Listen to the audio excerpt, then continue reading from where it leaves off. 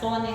Te rogamos que al partir de salir de este lugar, nuestra mente sea transformada por el poder de tu palabra. Que tú nos hables, Señor, si hay alguna duda, si hay alguna oración, la cual mis hermanos están esperando contestación de parte tuya. Señor, que tú le des esa respuesta el día de hoy, Padre. Padre, aquí te damos la gloria, la honra, la alabanza, el honor, porque a ti te pertenecen, Señor.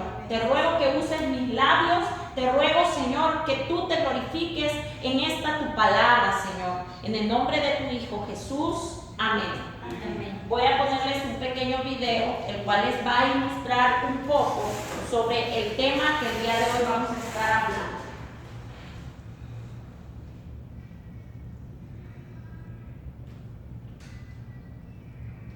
Hace 5 años, esta jovencita fue víctima de un brutal ataque por parte de un grupo talibán al noreste de Pakistán.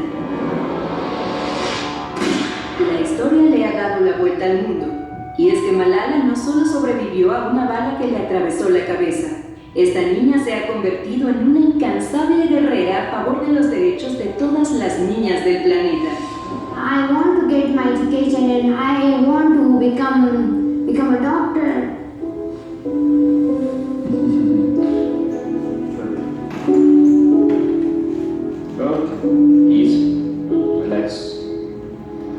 La historia de esta valerosa niña comenzó a mediados del 2009.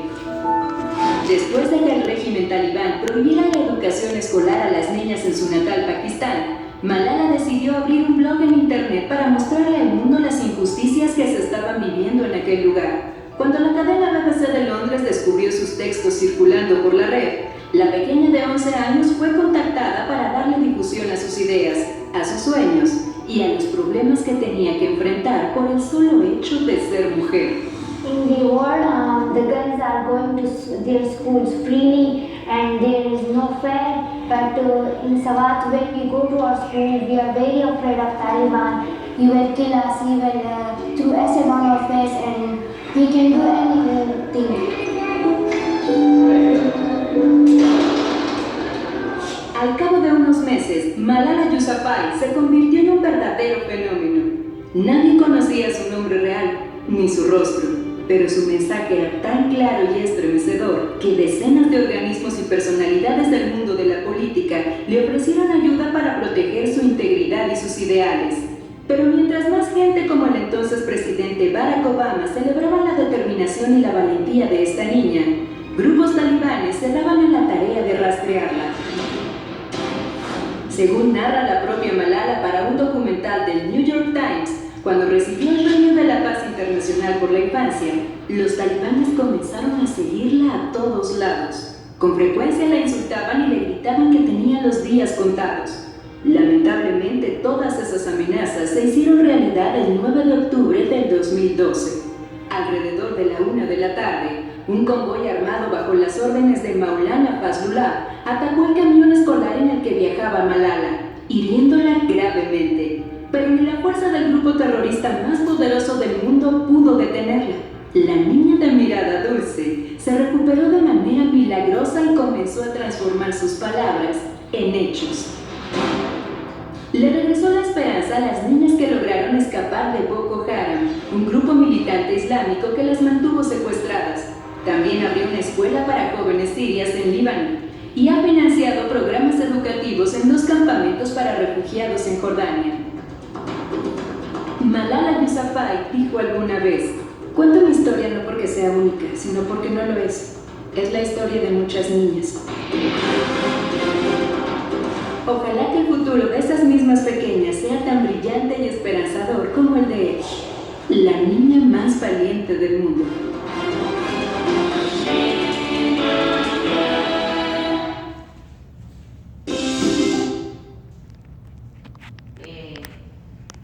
¿Eso es todo, amigos? No, espero, eso solamente fue la introducción del tema.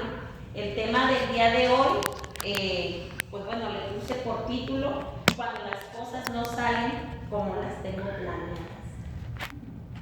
Muchos de nosotros hacemos planes. Malala tenía planes dentro de ese balazo que le dieron en su cráneo, su rostro no quedó igual. Ella se sonríe, pero su sonrisa se va de lado. Por eso es de que siempre se pone su mano tapándose. Hay huellas en ella que le recuerdan que es una niña valiente, pero que ha enfrentado obstáculos y que Dios ha estado con ella a pesar de todo eso. Sí, muchas personas les disparan y mueren, y este no fue el caso de Malala, porque Malala no ha terminado su misión en esta vida.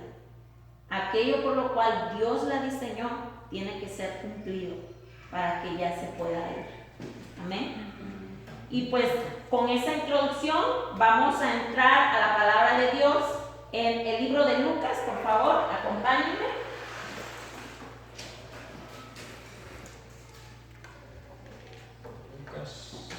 Lucas capítulo 1,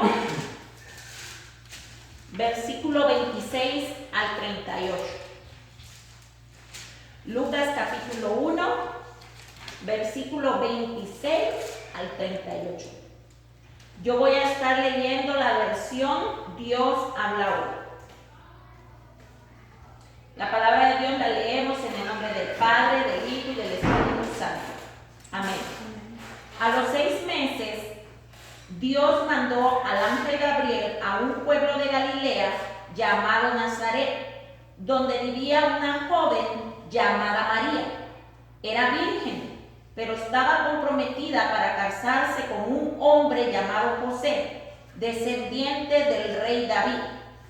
El ángel entró en el lugar donde ella estaba y le dijo: «Salve, llena de gracia, el Señor está contigo». María se sorprendió de estas palabras y se preguntaba qué significaría aquel saludo. «María, no tengas miedo, pues tú gozas del favor de Dios. Ahora vas a quedar encinta. Tendrás un hijo y le pondrás por nombre Jesús. Será un gran hombre, a que llamarán Hijo del Dios Altísimo. Y Dios el Señor lo hará rey, como su antepasado David, para que reine por siempre sobre el pueblo de Jacob. Su reinado no tendrá fin». María preguntó al ángel: ¿Cómo podrá suceder esto si no vivo con ningún hombre? El ángel le contestó: «El Espíritu Santo vendrá sobre ti, y el poder del Dios Altísimo se posará sobre ti. Por eso, el niño que va a nacer será llamado Santo e Hijo de Dios. También tu parienta Isabel va a tener un hijo, a pesar de que es anciana. La que decían que no podía tener hijos está encinta desde hace 6 meses. Para Dios no hay nada imposible». Entonces María dijo: «Yo soy esclava del Señor, que Dios haga conmigo como me has dicho». Con esto el ángel se fue. Primeramente, quiero comenzar explicando un poco sobre el contexto cultural en donde vivía María. En los tiempos de María no era igual como ahora.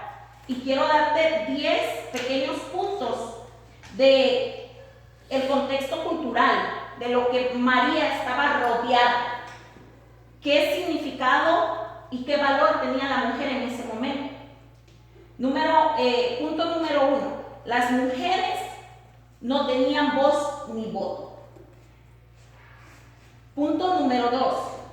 Las mujeres tenían que estar siempre sujetas al varón, porque se le consideraba fuente de tentación y de pecado. ¿Por qué? Porque Eva indujo a Adán a comer de la fruta prohibida. Punto número 3. Las mujeres de la ciudad, su labor era solo dedicarse al hogar, y parte de sus deberes en el hogar eran moler el trigo, cocer el pan, cocinar, tejer, lavar el rostro, los pies y la cara del varón. Punto número 4. Las mujeres del campo, además de dedicarse al hogar, también salían a trabajar al campo juntamente con los varones. La número 5. Su principal tarea de la mujer era satisfacer sexualmente al esposo y darle hijos varones, para así asegurar el futuro de la familia y la defensa del hogar. El próximo punto. Las mujeres no podían salir a la calle sin compañía de un varón, o no podían detenerse en el camino a estar platicando, porque eso les daba mala reputación. El próximo punto, que es el número 8. Tenían que cubrir su rostro cuando estaban fuera de casa, y algunas mujeres aún dentro de casa, porque no les permitían que su rostro fuera descubierto. Solamente el esposo conocía su rostro y la gente que vivía dentro de su hogar, si era el tipo de mujer que no se cubría dentro del hogar. La número 9. Se cree que en Galilea las costumbres eran menos estrictas para las mujeres. La número 10. La mujer dependía totalmente de su padre hasta la edad de los 12 años. A esa edad se celebraban normalmente los desposorios, y un año después se celebraba la boda. ¿Qué era un desposorio? El desposorio era ir a pedir la mano de una joven de 12 años para que fuera esposa del varón. Normalmente es a los 12 años, ya los varones estaban casando a las niñas para ver si ya tenían los 12 años, ya tenían la edad. Ellos iban juntamente con sus padres, con sus familiares, y hablaban con los padres de la joven, y desde ese día que ellos iban a hablar, desde ese día se le consideraba que ya era su esposo, que ya le pertenecía a él. Pero ella no se iba a vivir con el varón aún. Ella tenía que esperar de 6 a 1 año para poder irse ya con su marido. Ya le pertenecía. Desde ese momento ya se le llamaba marido, tu marido, aunque no habían consumado el matrimonio. En ese lapso de 6 a 12 meses, ellos se iban a ir conociendo más, y al mismo tiempo el varón tenía que pagarle al papá de la niña con cosas muy valiosas dependiendo su economía. No sé si algunos de ustedes se acuerdan de la historia de Raquel y de Jacob, en donde Jacob tuvo que pagar porque quería casarse con Raquel, y pagó 7 años de trabajo duro porque él no tenía dinero para pagar. Pero él le trabajó 7 años al papá de Raquel para que le pudiera dar a Raquel. Después de los 7 años, no le dio a Raquel, sino que le dio a Lea. Y tuvo que trabajar otros 7 años para que le pudieran dar a Raquel. ¿Sí? Entonces, era un contrato. El desposorio era un contrato en el cual tenían que cumplir cada quien su parte. Y quiero hablarles sobre el mensaje bíblico en 3 puntos. Después de que les he puesto el contexto cultural, cómo era que trataban a las mujeres en ese tiempo, quiero ponerles 3 puntos en los cuales nos vamos a estar enfocando. El punto número 1, el Señor está contigo. En el versículo 28, el ángel se le aparece a María. Y una de las primeras palabras que le anuncia es: el Señor está contigo. ¿Te has preguntado alguna vez por qué el ángel le dijo eso? ¿Por qué el ángel le dice: el Señor está contigo? Porque ¿por qué María fue elegida por Dios para ser la madre de Jesús? ¿Por qué no otra joven? ¿Te has preguntado alguna vez? María tenía una tarea que cumplir. A María el ángel Gabriel se le aparece y le empieza a decir que fue elegida para ser la madre del Salvador. Entonces María le esperaba una larga carrera. No solamente el que fuera criticada, sino que tal vez sus padres la corrían de casa, porque no iban a querer una niña que les deshonrara. ¿Sí? No sabemos qué cosas eran las que María iba a pasar en todo ese transcurso, pero lo que sí sabemos es que el ángel se aseguró de decirle que Dios estaba con ella, para que cuando vinieran todos esos obstáculos, ella recordara en medio de esos obstáculos que Dios iba con ella, porque Dios la eligió y Dios iba a estar con ella. Tú te puedes imaginar a María cuando fue con José, su esposo, a Belén, al censo, y en ese momento le dieron los dolores de parto. Y en ese momento fue cuando ellos estaban buscando un lugar donde ella pudiera tener al bebé y no encontraban. Imagínate la escena. Ella con los dolores, preocupada.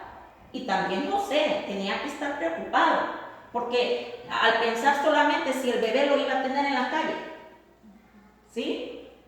Entonces, yo pienso que en ese momento el ángel, el Espíritu Santo, le ha de haber recordado a María: el Señor está contigo. Esas palabras que le dijo al principio: el Señor está contigo. Y en medio del dolor, en medio de esa tormenta, le trajo reposo, le trajo descanso. ¿Cuántas veces tú y yo estamos en una situación difícil? Pero la pregunta es: ¿tú estás seguro? ¿Tú estás segura que el Señor está contigo? Tú tienes que tener la certeza que en medio de la dificultad Dios está contigo, porque Él ha prometido no dejarnos solos.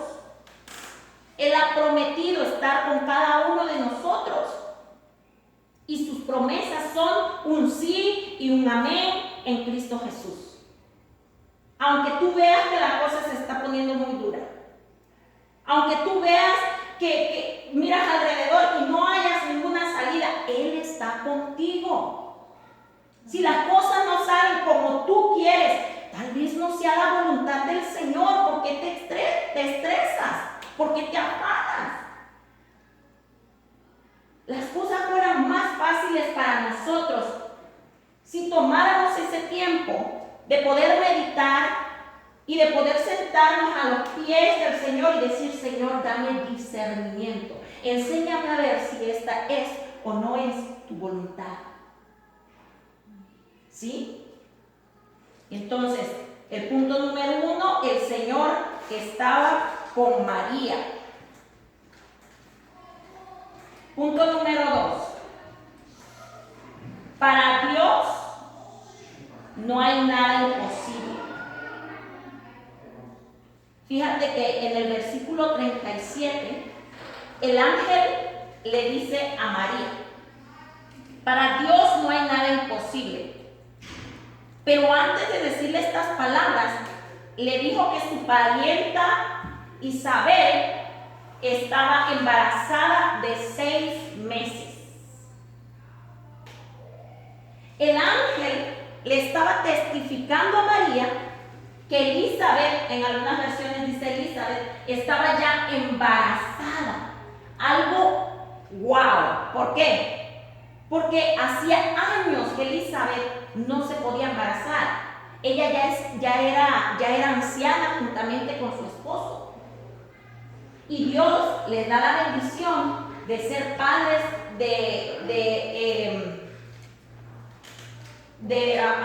¿cómo se llama? De Juan el Bautista.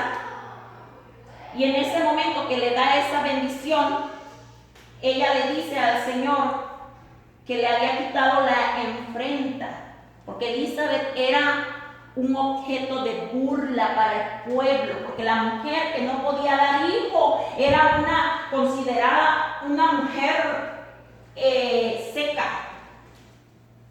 ¿Alguien recuerda sobre la historia de Ana, la mamá de Samuel? Cuando Ana iba ante la presencia del Señor y le lloraba y le suplicaba y le decía que le diera hijos. ¿Quién era la que le hacía burla a Ana? La esclava. Penina le hacía burla a Ana. ¿Por qué? Porque no podía tener hijos. Y Penina ya hacía mucho tiempo que le había dado muchos hijos a su esposo. ¿Sí? Entonces eso le irritaba de que le estuviera haciendo burla. Imagínense. Bueno, a ti te quedará, pero yo soy la que le está dando hijos y tú no le estás dando hijos. Recuerda que la mujer en ese tiempo, para que pudiera estar asegurado su futuro, tenía que estar en la cobertura de un varón, tenía que tener un esposo, tenía que tener hijos varones para asegurar su futuro. ¿Sí? Entonces, ¿por qué el ángel le empieza a decir a María sobre que estaba embarazada Elizabeth? ¿Por qué? Porque el ángel se quería asegurar de que María tuviera la convicción de que el Dios, el cual estaba llamando a hacer esa tarea, para ese Dios no había nada imposible. Tenía que asegurarse de que en el caminar de esa tarea, cuando ella fuera cada año pasando y estaba criando a Jesús, ella pudiera recordar en cada obstáculo que se le presentara que Dios podía todo y que Dios iba a hacer todas las cosas que fueran de su voluntad para poder ayudarla. Amén. Entonces, si tú y yo llegamos a tener la convicción de que para Dios no hay nada imposible, no estuviéramos muchas de las veces pasando estos dolores de cabeza. ¿Sí? Entonces, te puedes imaginar cómo es de que serían nuestras vidas si tú y yo dijéramos: Señor, estoy enfrente de un imposible para mí, como ser humano, pero sé que para ti no lo es. En el trabajo nos encontramos con momentos difíciles, situaciones duras, que muchas de las veces decimos: este es un imposible.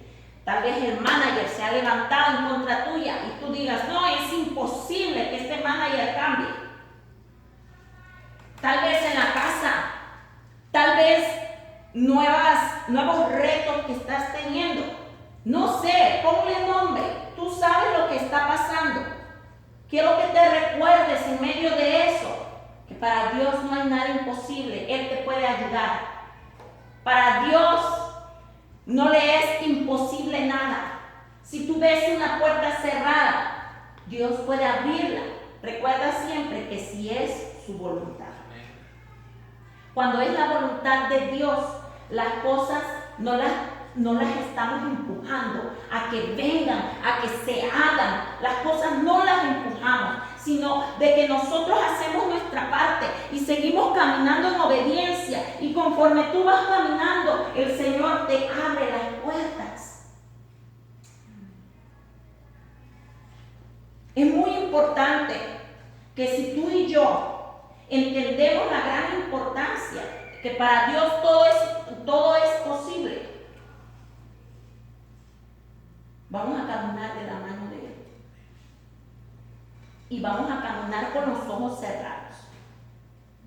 Y no nos vamos a estar fijando: ¿será que sí? ¿Será que no? Sino que vamos a decir: el Dios quien hizo que María quedara embarazada por obra del Espíritu Santo es mi Dios. El Dios que hizo que se abrieran los mares, el Dios que hizo que se cayeran los muros de Jericó, el Dios que dio de comer a su pueblo cuando lo sacó de Egipto, le dio maná de comer. Ese mismo Dios es mi Dios. Para mí como ser humano, para ti, es cosa imposible que demos de comer algo que cae del cielo. Es algo imposible para ti y para mí poder abrir el mar. Es algo imposible para ti y para mí quedar embarazada por obra del Espíritu Santo o solamente decir quedas embarazada. Si el Señor no está con nosotros, no va a ser posible. ¿Sí? Entonces, para Dios nada hay imposible. Imagínense a María cuando le salió con el cuento a la familia de que estaba embarazada por obra del Espíritu Santo. De hecho, la Biblia nos dice que José no le creyó y José ya quería desposarla. Y cuando José va y se toma una siesta, el ángel del Señor se le aparece y el ángel del Señor le empieza a decir que lo que María le había dicho era verdad. Entonces José toma a María nuevamente como esposa. Imagínate a José al ver que María no le había mentido. ¿Quién fue el que sacó la cara por María? ¿Quién? Dios. Dios sacó la cara por María. ¿Quién fue el que le reveló a Elizabeth porque cuando María quedó embarazada, ella se va a casa de Elizabeth? Entonces, cuando Elizabeth la escucha, Juan el Bautista aún estaba en el vientre de ella y salta. Y en ese momento dice la Biblia que ella fue llena del Espíritu Santo y dijo en voz alta: ¿quién soy yo para que la madre de mi Señor venga a visitarme? ¿Quién fue el que le reveló a Elizabeth que María ya estaba embarazada? Y que María iba a ser la madre del Salvador, el Señor. ¿Y por qué? Yo le decía al Señor, ¿por qué le revelaste a Elizabeth que María ya estaba embarazada? Y mira esto, cuando nosotros estamos pasando una circunstancia difícil, necesitamos a alguien quien nos pueda escuchar. Y en este caso de María, la cosa no era fácil. Decir que estaba embarazada por obra del Espíritu Santo, ella no le podía decir a cualquier persona eso. Pero Elizabeth, que conocía el poder de Dios porque lo estaba viviendo en carne propia, Elizabeth podía aconsejarla. Elizabeth podía estar como ese hombro para María. Elizabeth podía darle ya consejos de los primeros meses de embarazo, porque Elizabeth ya tenía 6 meses de embarazo. ¿Sí? Y era su parienta. O sea que si de alguna forma José no hubiera aceptado a María, ella tenía dónde llegar. Pero como dice la Biblia que José era un hombre piadoso, José la aceptó y caminó junto con ella en la tarea que el Señor le había encomendado a María. Obstáculos tenían que venir, claro que sí. Murmuración se tuvo que levantar porque la gente saca cuentas. O sea, María se casó tal tiempo. No puede ser que el niño nazca en cierto momento. Debió de haber nacido más tarde porque se casaron en este tiempo. Porque para eso, de verdad que somos buenos para las cuentas, ¿no? Imaginen ese momento en el cual la mujer solamente la cargaban bien chequeadita. Entonces la murmuración vino. Ese niño no es de José. Ese niño no puede haber sido de José. La habladuría estaba ahí. Y María tenía que enfrentar todo eso. Pero en cada una de esas habladurías ella se recordaba, número 1, que el Señor estaba con ella. Número 2, que las cosas, nada de las cosas que se le viniera encima, nada de esas cosas le serían imposibles para el Dios el cual ella estaba siendo obediente para que le ayudara. Nada había imposible para su Dios. Y en la actualidad tú y yo servimos al mismo Dios. Así es de que en la próxima vez, cuando tú te encuentres enfrente de algo que tú le llames imposible, no te sueltes de la mano de Dios. Porque Dios es experto en tratar con esos imposibles. Amén. Y punto número 3. María acepta la voluntad de Dios. El pasaje bíblico de Lucas dice que María estaba desposada con José. Cuando María acepta la voluntad de Dios para su vida, las cosas que le iban a venir no iban a ser fáciles. ¿Sí? Entonces, con todo eso, María no la pensó y le dijo al ángel: hágase en mí como el Señor ha dicho. Yo soy la sierva del Señor. Yo le digo al Señor: bueno, pero María ni lo pensó, Padre. Dijo así. Y estudiando un poco sobre eso, dicen los estudiosos que María era una mujer de fe, una mujer de convicción en lo que creía, una mujer que sabía los grandes señales, prodigios y milagros con los que Dios sacó al pueblo de Egipto. Entonces ella no tenía duda quién era su Dios. Pero en el momento cuando el ángel viene a darle la tarea, ella tenía la opción de decir sí o no. Porque nuestro Dios no nos obliga a nada.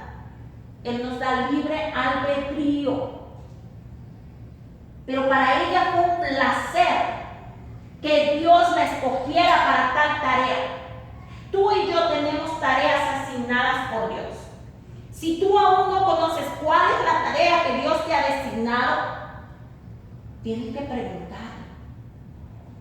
Cada quien tenemos diferentes tareas. ¿No te has puesto a pensar que si el Señor nos hubiera hecho a todos abogados, quién estuviera haciendo el papel de médicos, de enfermeras, de pastores, de maestros,